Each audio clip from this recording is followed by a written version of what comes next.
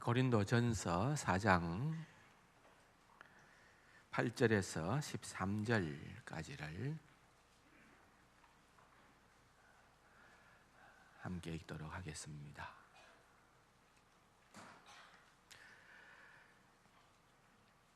너희가 이미 배부르며 이미 풍성하며 우리 없이도 왕이 되었도다. 우리가 너희와 함께 왕노릇하기 위하여 참으로 너희가 왕이 되기를 원하노라. 내가 생각하건대 하나님이 사도인 우리를 죽이기로 작정된 자같이 끄트머리에 두셨으며 우리는 세계 곧 천사와 사람에게 구경거리가 되었노라. 우리는 그리스도 때문에 어리석으나 너희는 그리스도 안에서 지혜롭고 우리는 약하나 너희는 강하고 너희는 존귀하나 우리는 비천하여 바로 이 시각까지 우리가 줄이고 목마르며 헐벗고 매맞으며 정처가 없고 또 수고하여 친히 손으로 일을 하며 모욕을 당한 적 축복하고 박해를 받은 적 참고 비방을 받은 적 권면하니 우리가 지금까지 세상에 들어온 것과 만물의 찌꺼기 같이 되었도다. 아멘. 대단히 감사합니다. 예레미야 70년을 이제 9시간에 걸쳐서 함께 나누었고 사순절 기간이기 때문에 십자가와 부활의 의미를 다시 한번 더 생각하는 것이 우리에게는 필요하다 생각을 했어요. 그래서 특세 기간까지 십자가에 대한 좀 말씀들을 좀 풍성하게 많이 좀 나누어야 되겠다 생각을 하고 있습니다. 왜냐하면은 점점 십자가가 겉으로 보이는 십자가는 자꾸만 화려하게 빛이 나는데 그 십자가의 실제적 의미가 우리에게서 점점 소멸되어 가고 있지는 않는가. 우리가 신앙생활을 하면서도 그렇고 사실 따지고 보면은 이제 오늘 우리가 살아가는 이 세대가 너무 이제 안락, 평안 또는 성공 뭐 이런 지향점이 너무나도 세상적인 쪽으로 나가 있기 때문에 사실 기독교의 본질은 세상과 반하는 것입니다. 우리는 세상 사람들이 추구하고 말하는 그 성공이 우리에게도 물론 올 수 있죠. 그러나 그것은 하나의 수단일 뿐이고 어떻게 하면은 우리가 주님의 뜻을 이루어 나가느냐 하는 쪽으로 우리의 삶이 나가야 되는데 수단이 목적도 되고요. 우리가 너무 세상 사람들하고 똑같은 목표를 가지고 관점을 가지고 살아가기 때문에 십자가가 자꾸만 빛을 잃어갑니다.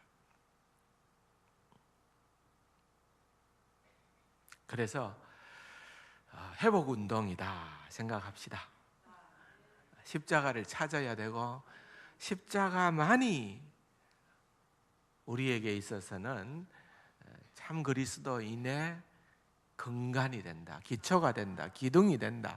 그래서 십자가 없는 영광 있을 수 없습니다. 십자가 없는 부활 상상조차 못합니다. 그래서 십자가를 우리가 생각을 합니다. 공교롭게도 오늘 찬양도 십자가에 대한 찬양을 맞춘 건 아닌데 그렇게 해주셔서 얼마나 감사한지 모르겠습니다. 우리를 향한 놀라운 하나님의 사랑으로 물론 십자가를 다루기도 하겠습니다. 그러나 오늘 이 시간에는 우리가 특별히 주목하지 않는 본문을 통해서 십자가의 의미를 다시 우리의 삶의 중심으로 가져오는 그 작은 일을 한번 해보려고 합니다. 오늘 좀 듣기 싫은 이야기일 겁니다. 여러분들이 제가 하나냐가 안 되기를 기도해 주시기 바랍니다. 하냐는 백성이 뭘 듣고 싶어 하는지를 꿰뚫어 보고 2년을 얘기했고요. 예레미야는 하나님의 뜻을 생각하고 70년을 얘기했습니다. 제가 2년을 얘기하는 목사가 아니라 70년을 말할 수 있는 목사로서 자부심을 가지고 살아갈 수 있도록 여러분들이 협조해 주시기 바랍니다. 그래서 좀 싫지만은, 우리의 본능은 거부하지만은, 그러나 여러분, 우리가 우리의 본능대로 살기로 작정한 사람들은 제자가 아닙니다. 제자의 삶의 본질은 십자가의 의미를 바로 깨닫고 알고 우리 자신을 복종시키며 살아가는 거기에서부터 비롯된다는 것을 명심하시기 바랍니다. 좀 싫지만은 몸에 좋은 약은 뭐라고요? 서다. 그렇게 생각하고 우리가 이 시간에 좀 그런 소리도, 그런 말씀도 생각해야 되겠구나, 들어야 되겠구나 하는 그런 마음으로 말씀을 대해 주시면 좋겠습니다. 특별히 고린도전서 4장, 오늘 우리가 본문을 읽으면서 여러분들이 그냥 평범한 문장으로 이 본문을 대해서는 안 됩니다. 굉장히 특이하게도 사도 바울이 평상시와는 다른 어떤 반어법을 사용을 하고 또 많은 풍자적인 표현들을 가져오고 있습니다. 왜 그렇게 했느냐는 우리가 본문을 다루면서 알 수가 있겠습니다만은, 그만큼 이 부분이 중요하고 또 진지하게 다루어져야 된다는 의미겠죠. 고린도 교회는 사도 바울이 2차 선교 여행을 하는 중에 1년 6개월 동안 고린도 지역에 머물면서 개척되어진 교회입니다. 그러므로 고린도 교회는 그야말로 마치 어미 닭이 알을 품고 병아리를 보호하는 것처럼 사도 바울이 고린도 교회에 대한 그런 어떤 특별한 애정을 가지고 있는 그런 교회였습니다. 그런데 나중 들려지는 많은 이야기들은 정말 십자가 없는 삶이 고린도 교회의 주를 이루고 있는 그런 안타까운 모습을 보면서 3차 선교 여행을 하면서 에베소에 머무는 가운데 고린도 교회 성도들을 향하여 편지를 보내었다, 그런 내용이지요. 이제 그것을 좀 진지하게 살펴보면 좋겠습니다. 오늘 읽어보았던 첫 번째 기절인 8절입니다. 너희가 이미 배부르며 이미 풍성하며 우리 없이도 왕이 되었도다. 우리가 너희와 함께 왕노릇하기 위하여 참으로 너희가 왕이 되기를 원하노라. 이 말은요, 약간 사도 바울이 고린도 교회의 잘못된 부분들을 좀 지적하고 약간 뭐라 그럴까요? 비웃는 듯한 표현입니다. 왜 비웃을까요? 잘못되었기 때문에 그렇습니다. 고린도 교회 교인들이 지금 추구하고 있는 것은 성공이라는 세상적인 그런 가치관입니다. 그래서 예수 믿으면은 그들이 유복해야 되고 출세해야 되고 그들의 소원들이 무조건 이루어져야 되고, 그런 것들이 예수 믿는 그런 목적으로 변질되어져 버린 거예요. 그렇기 때문에 너희들이 원하는 대로 너희들이 지혜롭게 되었고 너희들이 원하는 대로 모든 것들을 다 갖추었다는 그런 것들로 인해서 너희들이 마음껏 왕노릇 하느냐? 허당이라는 말입니다. 그거 아니라는 말입니다. 우리가 자꾸 예수 믿는다는 것을요, 세상적인 그런 잣대를 가지고 평가를 하기 시작하면은 곤란한 일들이 옛날이나 지금이나 일어나게끔 마련입니다. 여러분, 예수 믿으면서도, 예수 잘 믿는데도 얼마든지 상상치 못할 그런 어려움에 직면할 수 있습니다. 잘 될 수 있습니다, 물론. 그러나 잘 되는 것만이 예수 믿는 믿음의 능사가 아니고 예수를 잘 믿으면서도 세상적인 관점으로 볼 때는 너무 안타까운 일들이, 너무 고통스러운 일들이, 너무 안쓰러운 일들이, 억울한 일들이 일어날 수 있다는 것입니다.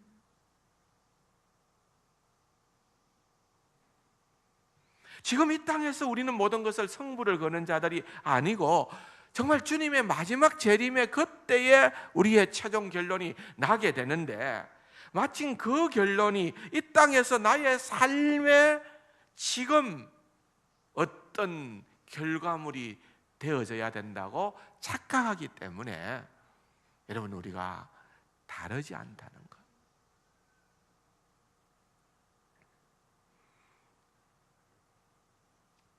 과연 그렇다면은 진짜 마지막 왕국에 우리가 왕노릇해야 될 그 왕국에서 사도들이나 참된 성도들이나 오늘 진솔한 믿음을 갖기를 원하는 여러분들이 서야 될 것이 없어져 버리는 것.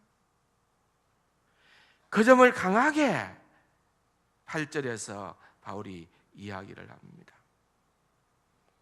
심지어는 어디까지입니까? 9절을 보십시오.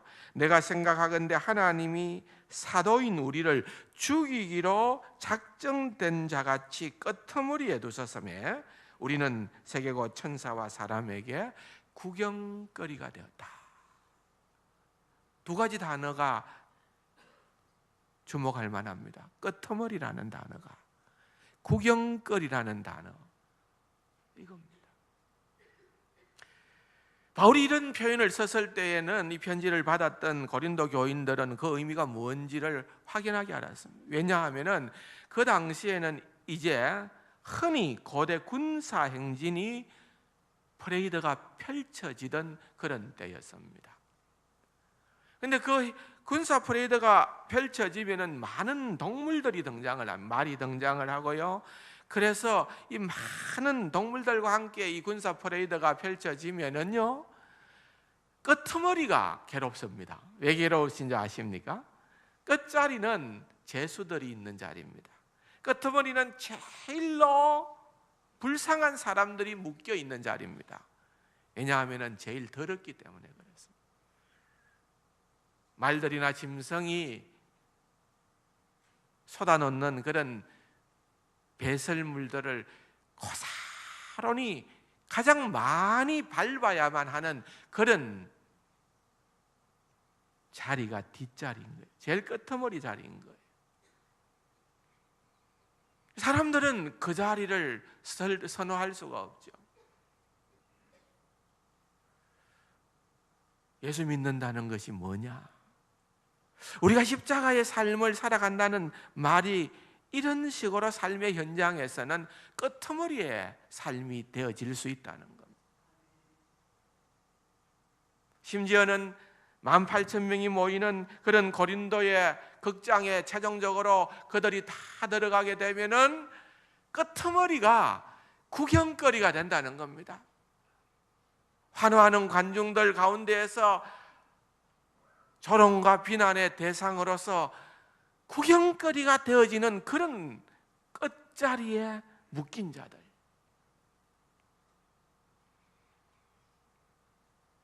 바울이 제자의 본질을 얘기합니다. 사도의 본질을 얘기합니다. 참 그리스도인들이 능히 감수해야 될, 감당해야 될 그와 같은 삶의 현상을 얘기하고 있는 것입니다. 교회 안에 거짓 사기꾼들은, 거짓 교사들은 오히려 예수 믿으면 유복하게 될 거다. 모든 출세와 모든 명예가 보장되어져 있다고 그렇게 그들을 속입니다. 사도 바울은 그게 아니라는 겁니다. 그것과 기독교가, 그것과 우리가 믿는 이 복음적인 삶과 얼마나 다르나 하는 것을 보여주는 것입니다. 10절의 말씀입니다. 우리는 그리스도 때문에 어리석으나 너희는 그리스도 안에서 지혜롭고 우리는 약하나 너희는 강하고 너희는 존귀하나 우리는 비천하다. 이 말도 같은 논조입니다. 얼마나 바울이 실력 있는 자입니까? 얼마나 바울이 지혜로운 자입니까? 그런데 그가 주님을 알고 나니까, 그가 복음의 비밀을 증거하는 그러한 자로 자기의 일생을 헌신하고 나니까 내가 그리스도 안에 얼마나 연약한 자인가, 내가 얼마나 비천한 자인가, 내가 얼마나 어리석은 자인가 깨달아 알게 되어졌다는 겁니다. 여러분, 믿음이 들면은요 겸손해집니다. 우리의 가진 것, 우리의 잘난 것, 우리의 실력을 자랑할 수가 없습니다. 헛바람이던 고린도 성도들은 나는 지혜롭다, 나는 강하다, 나는 존귀하다 이렇게 해서 서로 자부하고 그렇게 그것을 뽐내는 그런 사람들이 있었지만은 그것은 십자가의 의미를 모르는 자들이라, 그리스도의 핵심, 그리스도인의 핵심 가치를 모르고 살아가는 그러한 자들이라는 것입니다. 메추엔니는 그들이 스스로 속았다고 주석을 하는 것입니다. 자신을 최고로 생각하는 사람은 일반적으로 자신을 가장 모른다는 것입니다. 교회는, 하나님의 몸된 교회는 내가 연약합니다, 나는 어리석습니다, 나는 비천합니다, 그렇게 고백하는 신앙 공동체임을 믿으시기 바랍니다. 아무도 아무것도 어떤 것도 그 무엇도 자랑할 수 있는 것은 우리에게는 없다는 것입니다.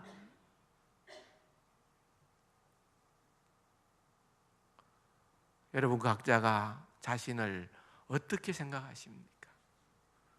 나는 제법 괜찮다, 실력 있다, 쓸만하다.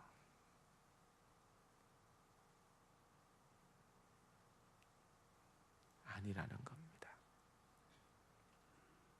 십자가의 비밀을 알게 되어진 자들은요, 내가 얼마나 무기력한 자인가, 내가 얼마나 능력 없는 자인가, 어리석은 자인가, 내가 오직 주의 은혜가 아니면은 한순간도 견딜 수 없는 자인가를 알게 되는 자입니다.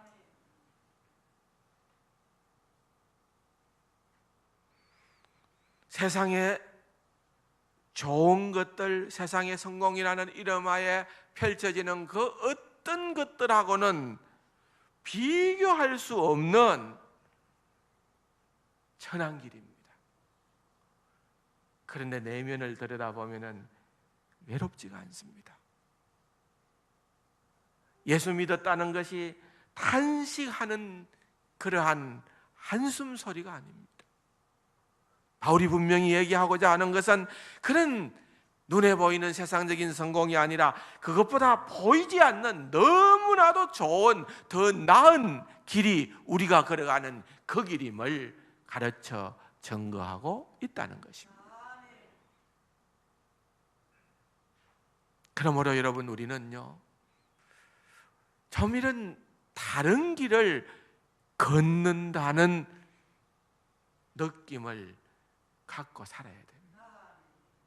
그 다른 길을 걸어가는 그 길이 세상 사람들이 보기에 존경할 만한 길이 아닙니다. 세상 사람들이 우리를 멸시하고 구박하고 천대하고 하찮게 여길 수밖에 없는 그런 길입니다.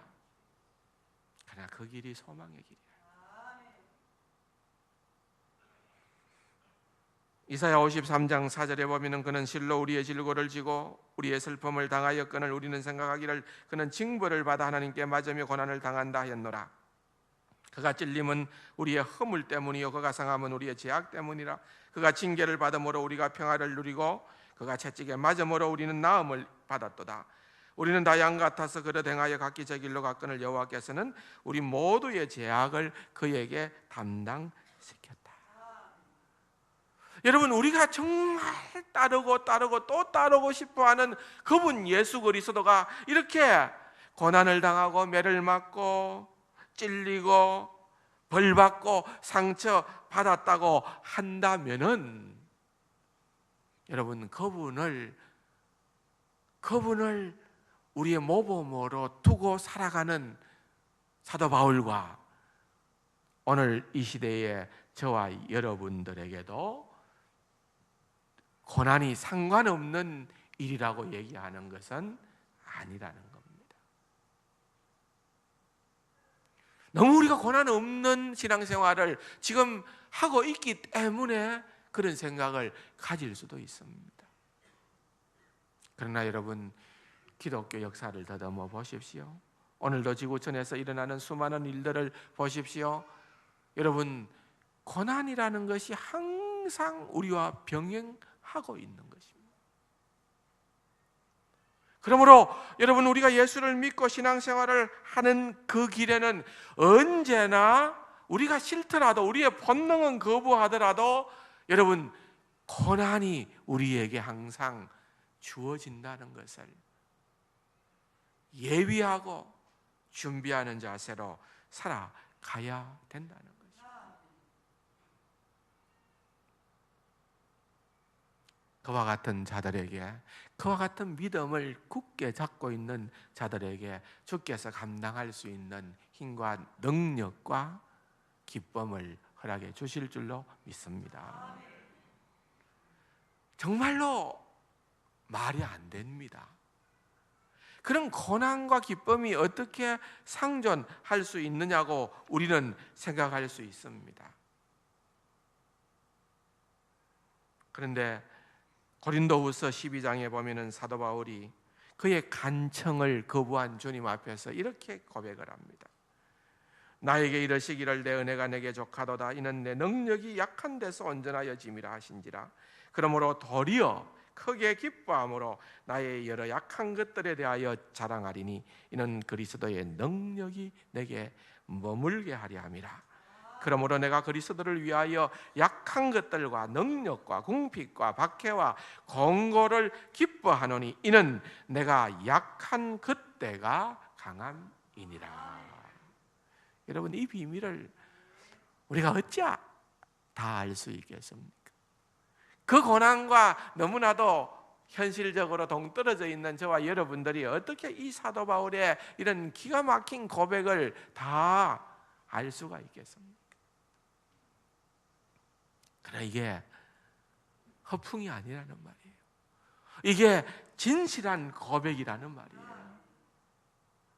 정말 어불성설입니다. 정말 말도 안 됩니다. 정말 세상 사람들은 죽었다 깨나도 발견할 수 없는 진리의 말씀입니다. 그리스도인들은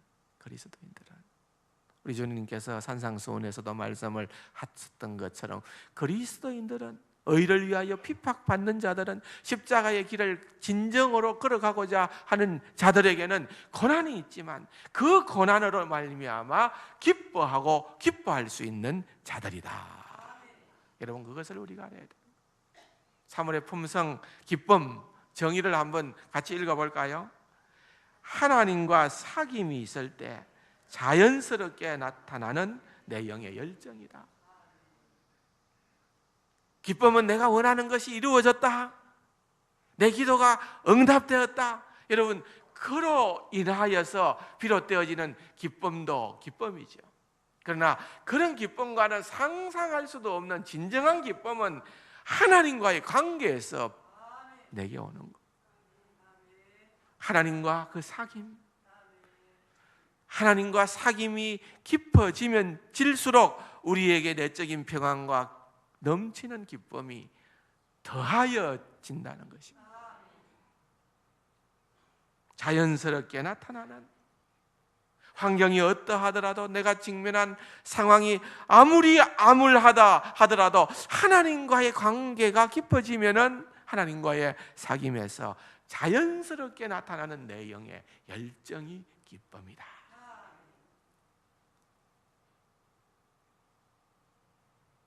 그래서 여러분, 에콰도르에 선교하러 갔다가 가자마자 선교한 짐 엘리엇이 죽고 난 다음에 그의 일기장에서 이런 유명한 말을 남겼습니다. 잃어버릴 수 없는 것을 얻기 위해 지킬 수 없는 것을 포기한 자는 어리석은 자가 아니다. 잃어버릴 수 없는 것을 얻기 위해 영생 구원을 의미하는 것. 나는 이를 위하여 선교사로 헌신했다는 거예요. 그런데 내가 지킬 수 없는 것, 내 생명을 내가 지키지 못하는 것, 아둥거릴 것이 아니라 내가 지킬 수 없는 그것을 포기하는 것. 그런 사람은 세상 사람들이 볼 때는 미련하다, 어리석다, 가소롭다 그렇게 얘기할는지 모르지만은 결코 어리석은 자가 아니다. 여러분, 짐 엘리엇은요, 그 믿음의 확신 때문에 그가 선교 얘기를 걸어간 것입니다. 후회함이 없는 그와 같은 인생을 살게 된 것입니다. 따라서 고린도전서 1장 25절에 보면은 하나님의 어리석음이 사람보다 지혜롭고 하나님의 약하심이 사람보다 강하니라. 여러분, 우리의 소망은 오직 주께만 있나이다. 그 고백입니다. 하나님의 어리석음이 사람보다 지혜롭고 하나님의 약하심이 사람보다 강하다. 여러분, 이런 표현들은 사도 바울이 그가 온몸으로 체득했기 때문에 나타낼 수 있는 그런 표현입니다. 따라서 여러분, 우리 주 예수 그리스도와 십자가의 비밀을 소유하게 될 때에는 우리도 동일한 고백을 하게 될 줄로 믿습니다. 이 고백이 우리에게 있어야 됩니다. 이런 고백에 이를 수 있는 것이 바로 진정한 제자의 삶입니다. 오늘 본문에 보십시오. 놀라운 사실은 11절 12절, 바로 이 시각까지 우리가 줄이고 목마르며 헐벗고 매맞으며 정처가 없고 또 수고하여 친히 손으로 일을 하며 모욕을 당한 적 축복하고 박해를 받은 적 참고 그랬습니다. 그런데 여러분, 여기에 사용되어졌던 이 동사들이 전부 다 현재 시제로 되어 있다는 거예요.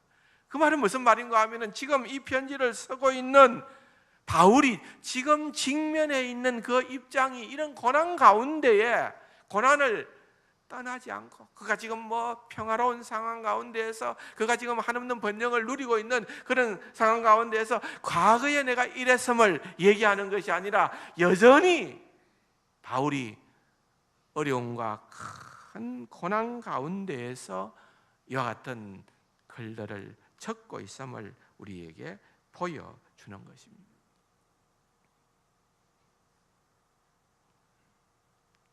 그러하지만은 고난 때문에 단식하고 고난 때문에 괴로워하는 것이 아니고 만약에 땅의 것으로 모든 것을 다 얻으려고 하면은 한숨 지을 수밖에 없겠지요. 많은 바울은 그의 믿음의 중심이 하늘의 소망을 두고 살아갔다는 겁니다. 그래서 계속해서 12절에 말합니다. 13절에 말합니다. 비방을 받은 적 근면하니 우리가 지금까지 세상의 더러운 것과 만물의 찌꺼기 같이 되었다.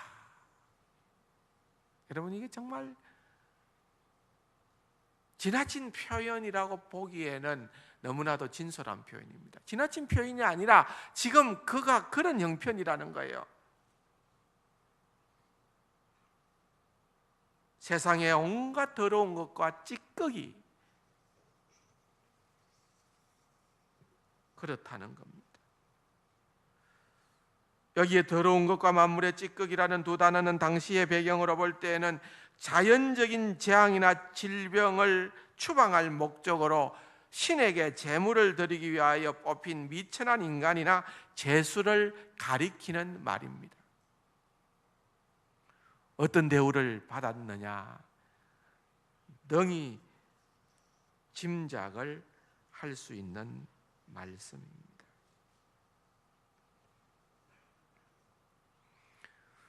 그가 눈에 보이는 것은 다 빼앗깁니다.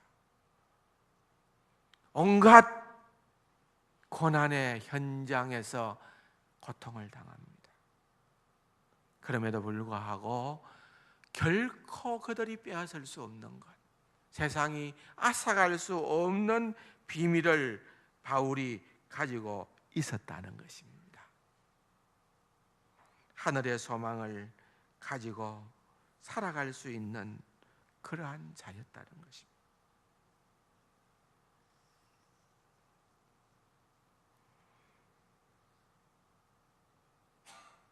베드로전서 2장에 보면은 욕을 당하시되 맞대어 욕하지 아니하시고 고난을 당하시되 위협하지 아니하시고 오직 공의로 심판하는 하시는 이에게 부탁하시며 그랬습니다. 바울은 하나님과 세상에 대한 상반된 가치관을 감추려 하지 않았고요, 단순히 주님을 따릅니다. 누가복음 9장 58절에 예수께서 이르시되 여우도 굴이 있고 공중의 새도 집이 있으되 인자는 머리 둘 것이 없다. 바울은 로마에 있는 성도들에게 보낸 편지에서 이렇게 말합니다. 자녀이면은 또한 상속자 곧 하나님의 상속자요 그리스도와 함께한 상속자니 우리가 그와 함께 영광을 받기 위하여 고난도 함께 받아야 할 것이니라. 사랑하는 성도 여러분, 예수님을 따르는 길은 헌신과 매일 죽는 길이라는 것을 우리는 알아야 되는 것입니다.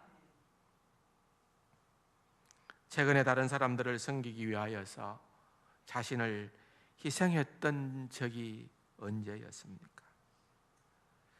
그렇지 않으면 다른 사람을 이용하여 여러분을 섬기도록 했었습니까? 아니면 여러분 자신이 희생하여 다른 사람을 섬깁니까? 아니면 육신의 과도한 평안을 위하여 지나친 관심을 가짐으로 말미암아 여러분들의 영혼에 대한 관심을 소홀히 하고 있지는 않았습니까? 그렇다고 오해는 하지 마시기 바랍니다. 세상적인 성공이라는 것이 죄악이라는 말이 아닙니다. 그러나 여러분, 우리가 정말 중요한 것을 놓쳐버리면은 세상의 성공 가운데 내재되어져 있는 위험한 요소를 우리가 놓쳐버리게 되어진다는 것입니다. 다시 말하면 세상의 성공보다도 더 월등한 가치를 가진 삶이 우리에게 있다는 것입니다. 그것이 고난을 포함하고 있고 우리에게 말할 수 없는 어려움을 주는 그와 같은 일이 될 수도 있지만은 사도 바울이 자랑스럽게 표현하고 있는 것처럼 진정 그리스도인의 삶의 길은, 우리가 걸어가야 되는 그 십자가의 길은 두말할 나위도 없이 고난의 길이지만은 궁극적으로는 우리에게 기쁨의 길이요 참된 영광의 길이 되어질 수 있다는 사실을 알아야 된다는 겁니다.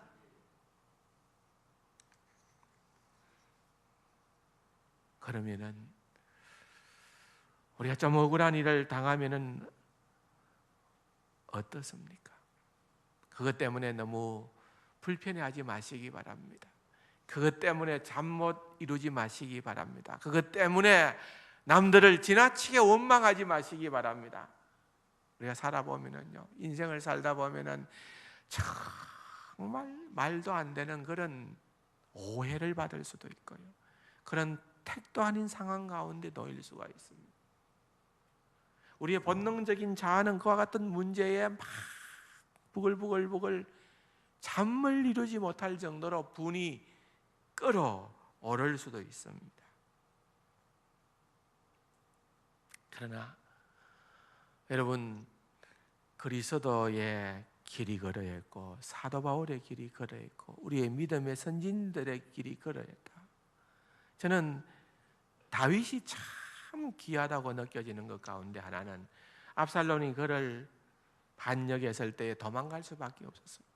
얼마나 처참한 형편이었습니까? 그런데 거기에다가 불을 끼얹는 기름에 뭡니까? 불에다가 기름 얹듯이 아주 저주하고 욕한 친구가 있습니다. 시므이입니다. 얼마나 욕하고 저주했는지 모릅니다. 얼마나 다윗이 화가 났겠습니까? 심지어는 옆에 있는 부하들이 이 개만도 못한 자식을 우리가 칼로 쳐 죽여버리겠다고. 그럴 때에 그가 사무엘하 16장 10절에서 그가 저주하는 것은 여호와께서 그에게 다윗을 저주하라 하심이니. 여러분, 대단한 삶의 자세가 아닙니까? 여러분, 저주를 겸허하게 받아들이겠다는 것입니다.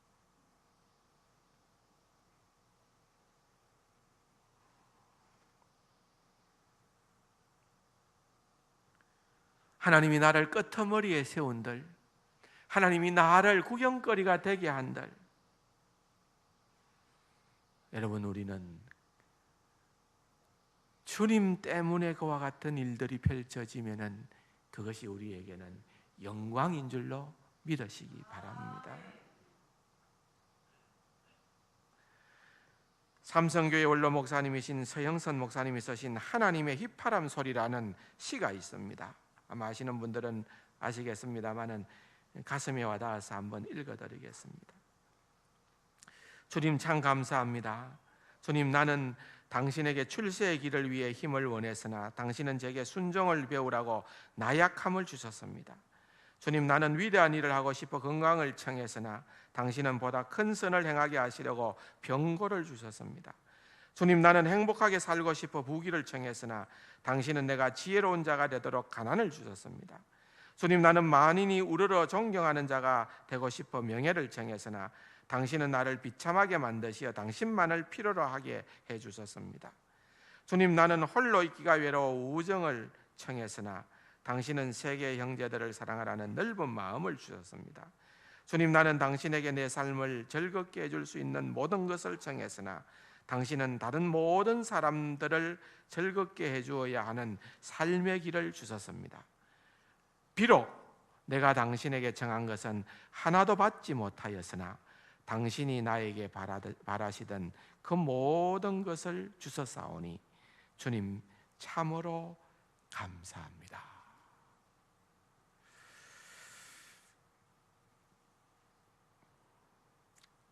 차원이 좀 다르지 않습니까? 기쁨과 감사가 다르다는 것을 알 수가 있습니다. 주어진 우리의 일들을 때로는 부당하다 생각하며 원망하는 사람보다는 미래를 준비하는 사람을 하나님께서는 귀하게 여기십니다. 정말 너무나도 억울해서 그 사람을 죽이고 싶도록 미울 때에 억울함을 풀기보다는 하나님께서 왜 나에게 이런 억울함을 당하게 하셨는지를 바라보십시오. 이때가 여러분들의 인생에서 일어나는 일들을 보며 신앙적인 해석이 필요한 때입니다. 사랑하는 성도 여러분, 따라서 우리가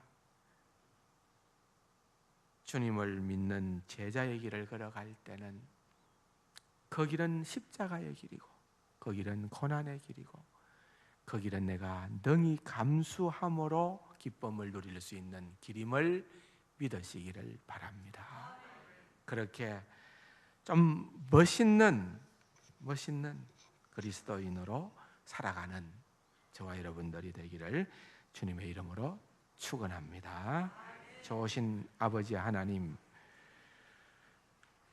십자가를 외면하는 것이 아니라 우리에게 주어진 십자가를 지고 주님을 따라가는 귀하고 아름다운 신실한 주의 백성들이 다 되게 하여 주옵소서. 예수님의 이름으로 감사기도 드립니다.